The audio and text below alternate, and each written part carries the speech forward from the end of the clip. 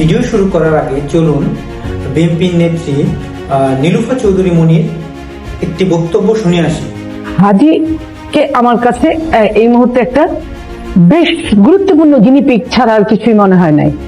আপনারা যারা ডাক্তার এখানে অনেকেই আছেন, আপনারা তেলাপোকা কাটতেন, ব্যাগ কাটতেন, আবার সেলাই টেলাই করে ছেড়ে দিতেন, চলতো।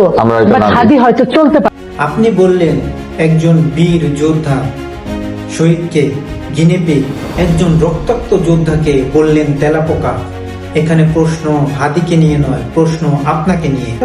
এই তেলাপোকার মতো বীরেরাই রাস্তায় নেমে এসেছিল জীবন দেওয়ার জন্য, আর এই তেলাপোকাগুলোর মৃত্যুর কারণেই বাংলাদেশ থেকে পালিয়েছে স্বৈরাচার, এবং এই স্বৈরাচার পালানোর ফলে আপনাদের মতো শেষরা রাজনীতিবিদরা রাজনীতি করার সুযোগ পেয়েছে, টকশোতে গিয়ে বড় বড় কথা বলছে এবং বিভিন্ন জায়গায় দুর্নীতি চাঁদাবাজি করেই যাচ্ছে। আমাদের শহীদ হাদি চলতে পারেনি কারণ তার শরীরে আঘাত ছিল।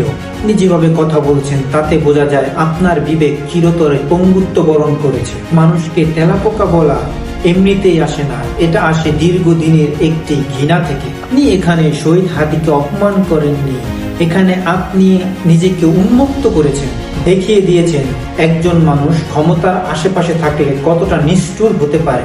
কিন্তু ইতিহাস বলে এই ভাষার হিসাব একদিন আপনাকে ঠিকই দিতে হবে। প্রবাসী আপনাদের উদ্দেশ্য করেই বলছি, এই সকল ছাপড়ি মার্কা এমপি মন্ত্রীদের থেকে নিজেদের বিরত রাখুন, যারা ক্ষমতা যাওয়ার আগেই একজন বীর শহীদকে তেলাপোকার সাথে তুলনা করে। তারা ক্ষমতা যাওয়ার পরে সাধারণ নাগরিকদের সাথে কি রকম আচরণ করবে এটা আপনারাই বিবেচনা করে তাদেরকে নির্বাচিত করবেন। ধন্যবাদ।